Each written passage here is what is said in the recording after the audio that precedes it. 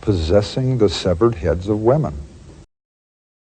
Ed Kemper, aka the Co-Ed Killer.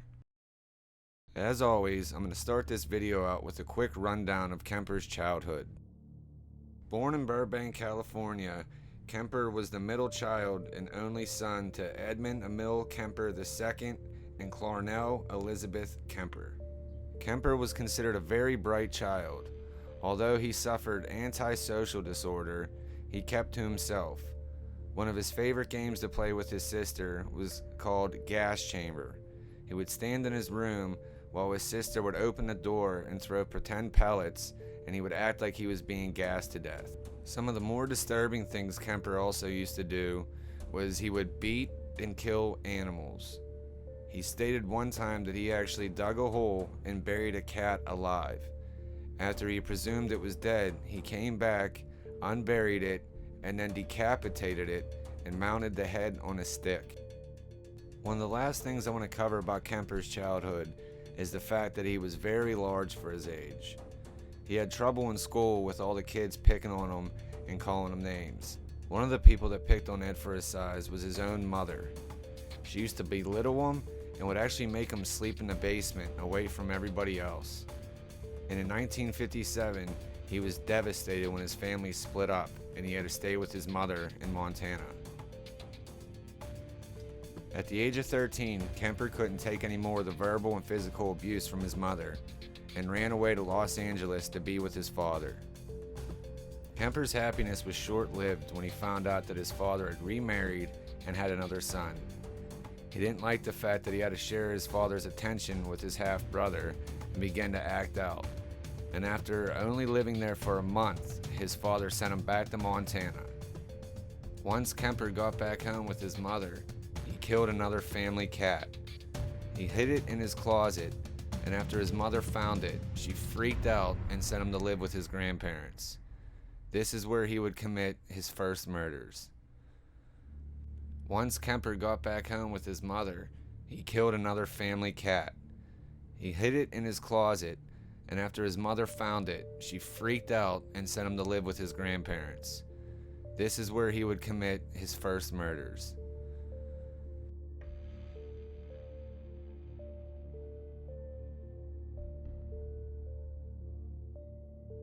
On August 27, 1964, Kemper would go on to kill his grandmother. He said that they had had an argument, which enraged him. She was sitting at her kitchen table when Kemper walked in with a .22 caliber rifle and would shoot her twice in the back and then once in the head. This didn't satisfy him, so he would get a knife and then stab her multiple times after she was already dead. He went on to drag her body into the bedroom. While he was in the bedroom, he heard his grandfather pulling up the driveway, so he walked outside and shot him in the face with the same rifle. Not sure what to do, Kemper would call his mom. His mother then told him that he should just call the police.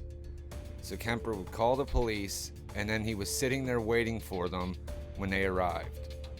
After he was questioned, he told them he just wanted to see what it would feel like to kill his grandmother, and that he killed his grandfather so that he wouldn't have to see what he had done.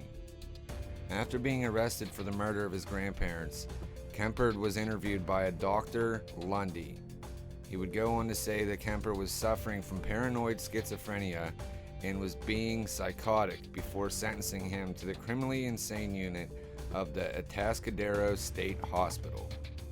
After a few months of being at the state hospital, Kemper was given an IQ test to where he scored 145. He was then re-diagnosed with a personality trait of passive-aggressive. He would then go on to impress all the doctors.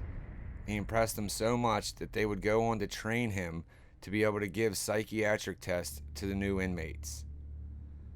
Since the murders took place when Kemper was a minor, he was released at the age of 21.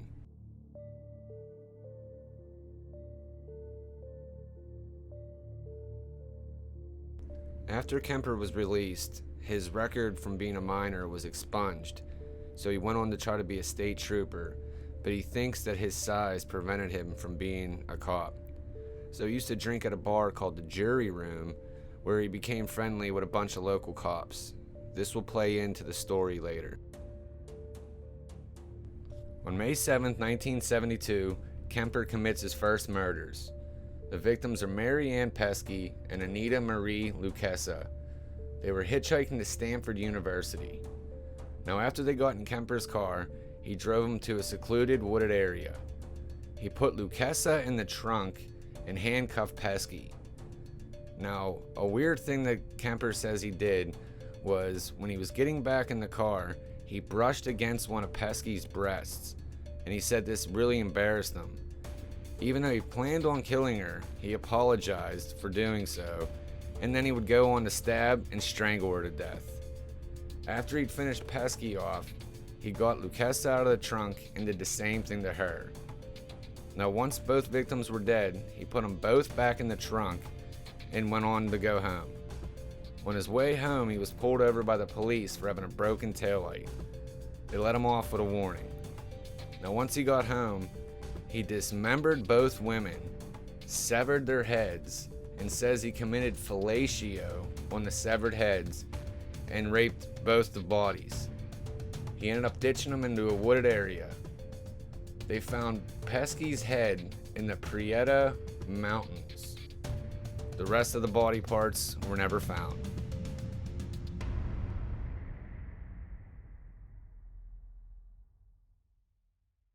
Kemper's third victim would be on September 14th, 1972. It was 15-year-old Aiko Koo. She was hitchhiking after missing her bus to dance class. Now, just like Kemper's first two victims, after getting her in the car, he drove off to a wooded, secluded area. But this time, he had pulled a .22 caliber gun. When he got out of the car to go to the passenger side, he had somehow locked himself out of the car. Now, for whatever reason, he managed to talk Koo into letting him back in the car. This is when he would shoot and kill her. He would throw her body into the trunk of his car and then stop at a bar where cops drank all the time called the Jury Room. After having a few drinks, he took the body home, severed her head, had fellatio with the severed head, and raped the corpse.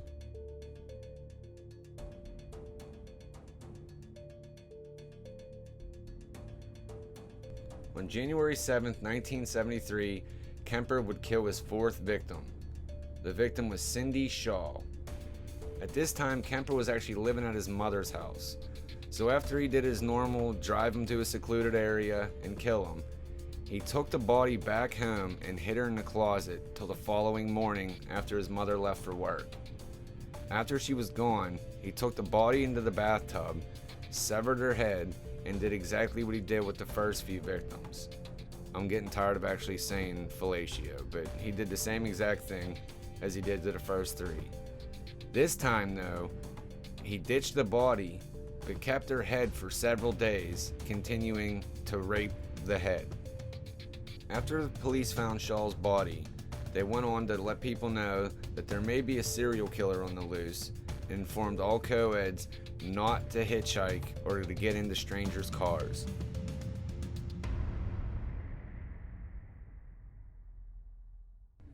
Kemper's fifth and sixth victims would come on February 5th, 1973. He had an argument earlier that day with his mother and fled the house. He was driving on the UCSC campus when he seen Rosalind Thorpe and Allison Liu hitchhiking. He pulled up to him. Thorpe got in the car without even second guessing it, but Allison Liu was a little weary of Kemper. Thorpe eventually talked her into getting into the car.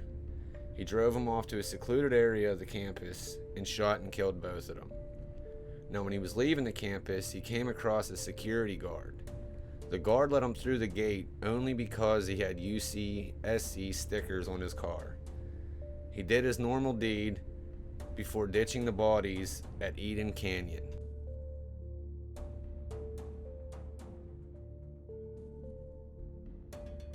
Kemper's final victims would be his own mother, Clarnell Strandberg, and her best friend, Sally Hallett.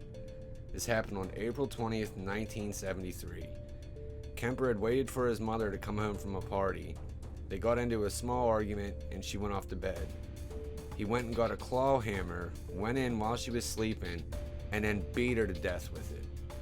After he was done beating her, he severed her head, committed fellatio on his own damn mother's severed head, and then raped her body. But he didn't stop there. After he was done doing this nasty deed, he cut out her vocal cords and her tongue.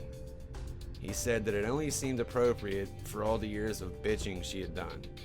He ended up grinding up the tongue and the vocal cords in a garbage disposal. After he had finished this, he went to a bar, had a couple drinks, got a buzz, and then called Sally Hallett and invited her over for dinner. When she arrived, he strangled her to death and then hung her up in his closet. He tied a note to her reading, "No need to suffer anymore at the hands of this murderous butcher. It was quick, asleep, the way I always wanted it, not sloppy and incomplete. Gents, just a lack of time. I got things to do." After leaving the note, he stole Hallett's car and drove to Pueblo, Colorado. After he arrived there, he expected to see the story on the news. When he didn't, he decided to call and turn himself in. But as I stated earlier, he was friends with cops that he drank with at the jury room, so they laughed it off and said, "All right, Ed, call back later." So he did. He called back later. This time, the cops kept him on the phone and sent another officer to his mother's house. When they found the gruesome discovery, they told him to wait there. Cops came and arrested him. The one cop said he was so tall that he actually had his hands on top of the telephone booth when they asked him to put his hands in the air.